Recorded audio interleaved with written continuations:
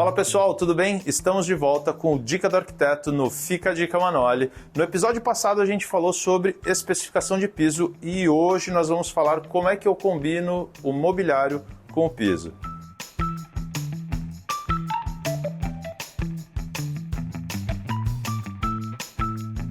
Bom, hoje eu quero abordar alguns temas que são bem polêmicos, né? Porque a gente falou sobre especificar piso, e aí eu tenho várias texturas diferentes, tenho materiais diferentes, tenho porcelanato, tenho vinílico, tenho carpete, tenho uma infinidade de materiais. E como é que eu componho o móvel, né? A madeira, a marcenaria com esses pisos? Está muito em alta nos ambientes quentes, né? Como a gente conversou no episódio passado, a gente usa o vinílico. E o vinílico, a grande maioria das vezes, ele usa a textura madeirada. E aí, como é que eu brinco com o móvel, se eu também quero madeira no móvel? E aí existe uma questão que é sempre discutida, que é: eu uso a mesma cor, eu uso cores parecidas, eu uso cores distintas, o que eu faço?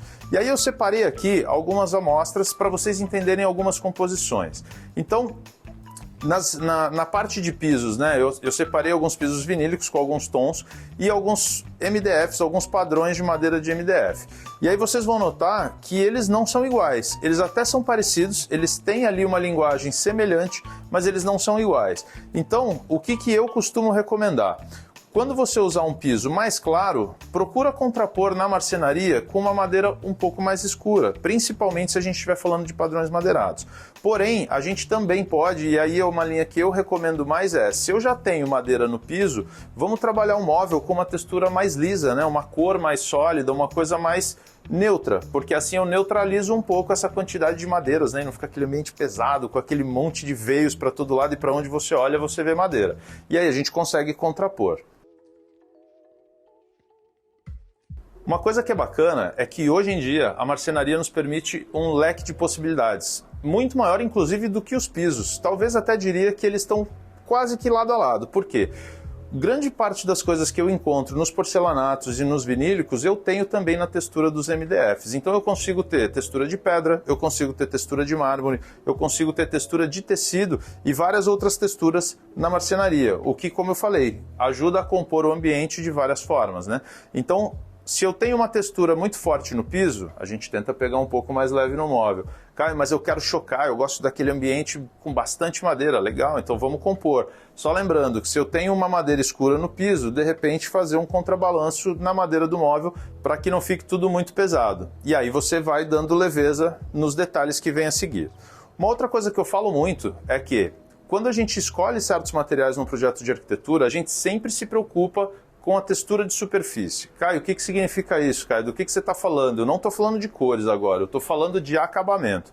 Então, quando eu escolho, por exemplo, um porcelanato polido, eu estou escolhendo polido porque eu quero trazer esse brilho, eu quero trazer esse reflexo para o projeto, eu quero que ele tenha uma participação com esse reflexo no projeto. A mesma coisa pode acontecer nos móveis. Então, se eu tenho um piso que ele é mais fosco, como a grande maioria dos vinílicos, né, e muitos dos porcelanatos são acetinados, principalmente para as áreas onde vai água, eu consigo no móvel trazer acabamentos que tenham brilho e eu consigo ressaltar a iluminação do ambiente, eu consigo trazer um pouco mais de elegância dependendo do móvel, né? E aí é onde entram os acabamentos na marcenaria, que são as portas de vidro, espelho, reflecta e várias outras que a gente tem.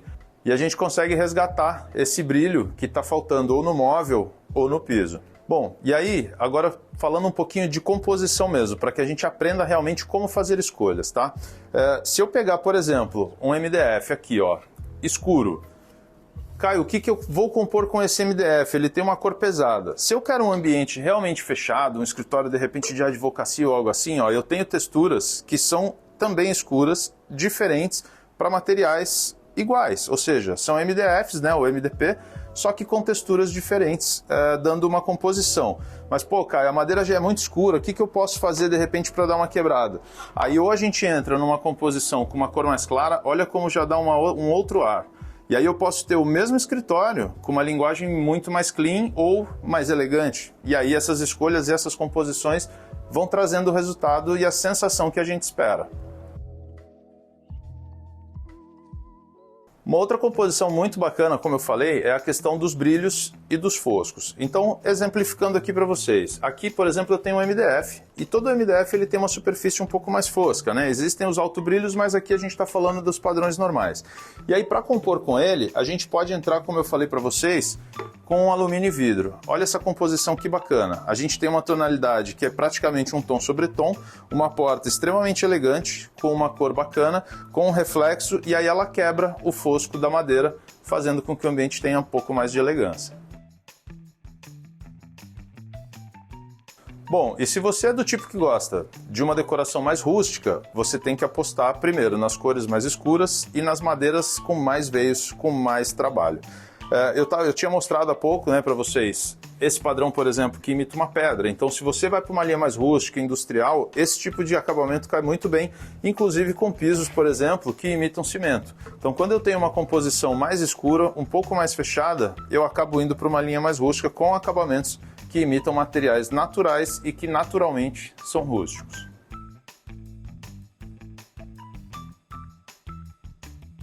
Bom, eu acho que com isso já dá para você começar a pensar em quais são as combinações que você vai querer para o seu ambiente. Então, escolhe o piso, depois a gente brinca um pouquinho com os móveis e no próximo episódio eu falo para vocês sobre pintura e papel de parede e aí vocês vão conseguir já ter um ambiente praticamente definido.